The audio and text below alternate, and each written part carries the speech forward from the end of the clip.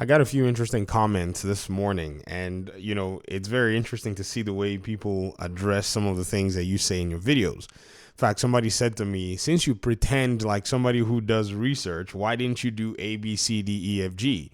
I don't pretend to do research. I just do research and I show you what I've actually researched. It's not a matter of pretense. It's just a matter of what we can find as available information. You can also find it.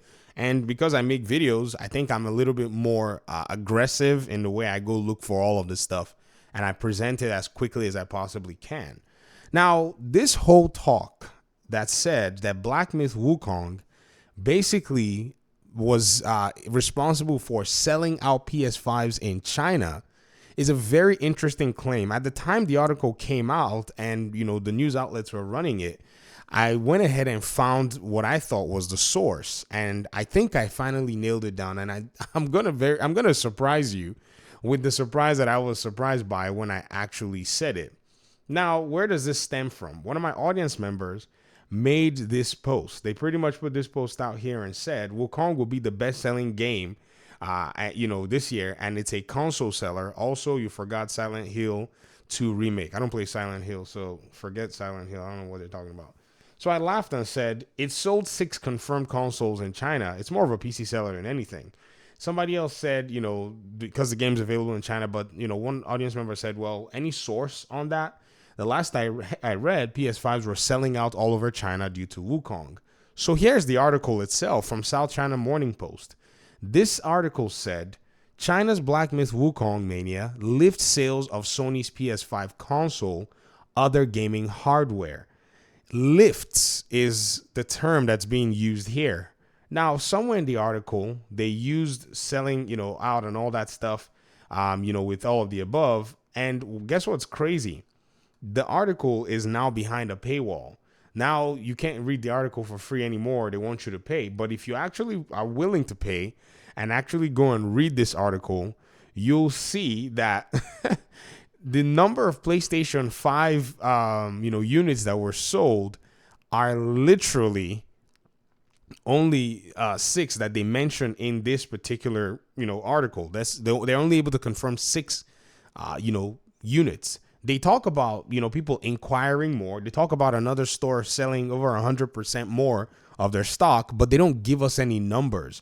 So at the end of the day, this actually is pointing towards just people asking about PlayStation 5s.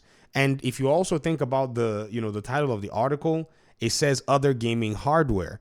China has a huge population of people who play more on mobile and PC than hardware.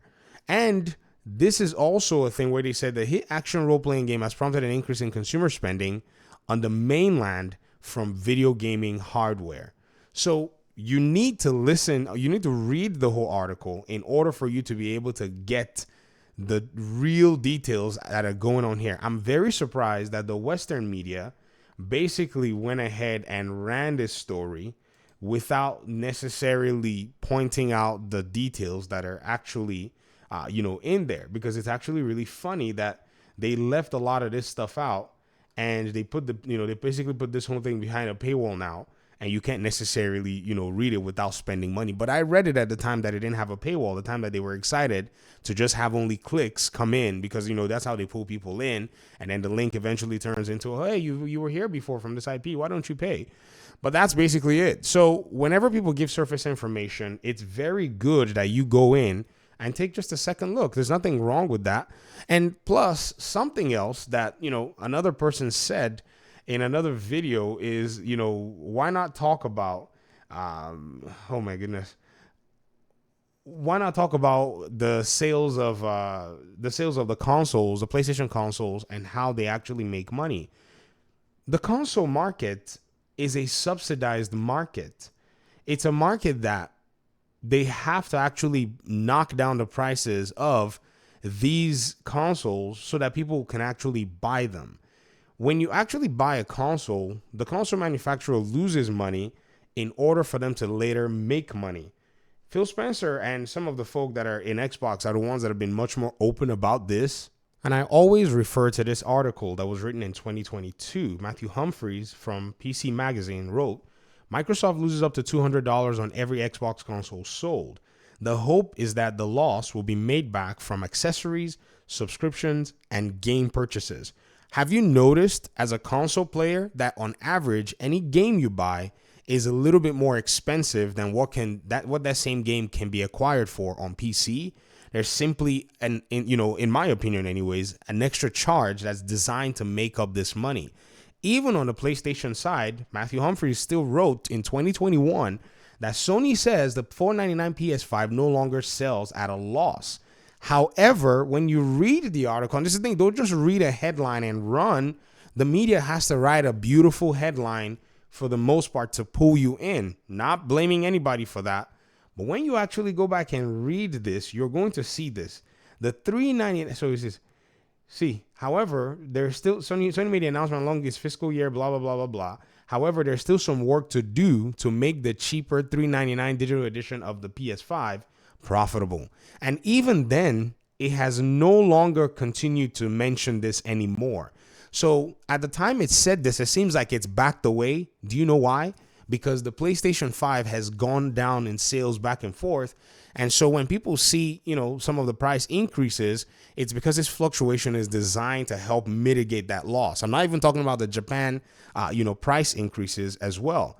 So as many people may hang their hats on console sales, believe you me, the manufacturers themselves, they have to eat a loss and then wait for the gamer to spend money over time to recoup that cost.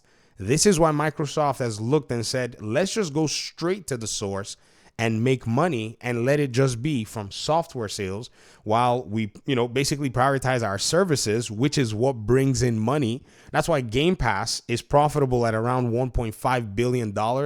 These are Sony's own analysis. I'm citing what Sony wrote in their threat analysis about what Game Pass is bringing in after Phil Spencer said he spends about $1 billion in acquiring content. We know that there are 34 million Game Pass subscribers, which gives us a number of about 3 plus almost 4 billion in terms of subscription costs.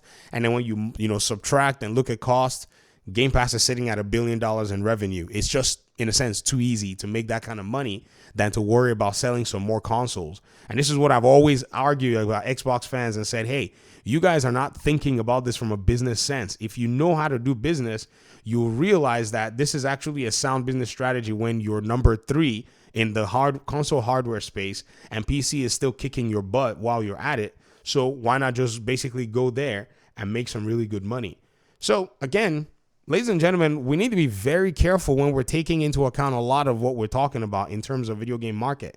Because trust me, the press has to write good stories that will sell, as how Denzel said it, they got to sell newspapers, So you have to be very careful how you look at what you're reading, because they'll write an article and they'll write things that's going to bring them money. I mean, look at the Wukong article. It was first free to read and already it's behind a paywall, but I'm not going to pay to show you the article again. You can go pay for yourself, but I know what I read in that article. When I read it, I was like, this is crazy. In fact, there's actually another statement in the article. Let me even give you this one that made me go really shocked, where they interviewed one of the, store owners, somebody who was a retailer of computer components and electronics and hardware. And they said, well, the PS5 is a better way for you to be able to play Wukong if you don't have an RTX device, which an RTX device, basically one of those GPUs that can cost you a little bit of money, right? Well, what was funny is even the same article, they then cited the PC requirements for Black Myth Wukong. And I started laughing in that one. And in what they cited, they went ahead and showed you that if you look at it very carefully, you don't need an RTX device to play Wukong. You need only a GTX device because its minimum requirement, it's a GTX 1060. The recommended is an RTX 2060, but you don't need ray tracing. How do I know? I tested the benchmark on a GTX 1080 from back in the day, and a 1080, Ti, I said 1080, no, 1080 Ti works just fine. So if you have a device that's even better, so a 1070, 1080, 1080 Ti, all those devices are going to work. If you wanted to upgrade or if you wanted to just keep your device the way that you are. Because PC hardware development leverages the biggest number of PC hardware, that's available based on Steam data. That's how you build your game. So again, if you're going to bring this whole Wukong was selling out PS5's talk, you got to be able to think about like, okay, where are we getting that data from, and what do the numbers look like? But the whole article is basically written on interviewing a few people, looking at, you know, online sales of stuff online, electronics, where people are adding Wukong to their, you know, descriptions just to be able to kind of push the sales of the games. But in terms of concrete evidence, man, we have no idea how many this thing sold. And if you even want to look at what data is actually, you know, concentrating on, you got to go look at the Steam and Epic Games, interaction. The Steam reviews will tell you that that's one of the biggest platforms where the game is selling. And there's also, Tencent's platform where the game is available on. I don't know if you guys have ever seen it. It's called WePlay. This is also another platform where the game, you have access to the game. I think it's called WePlay or something. I might be wrong about the name, but there's a huge platform that, you know, Tencent runs that has a bunch of games hosted on it too. So that's my video. You can run around and you can go verify, you know, the sources from the things that I've said. And, you know, if you see anything that's different, let me know in the comment section. Appreciate you guys' time and audience. Hopefully we'll talk pretty soon in another one. Peace out.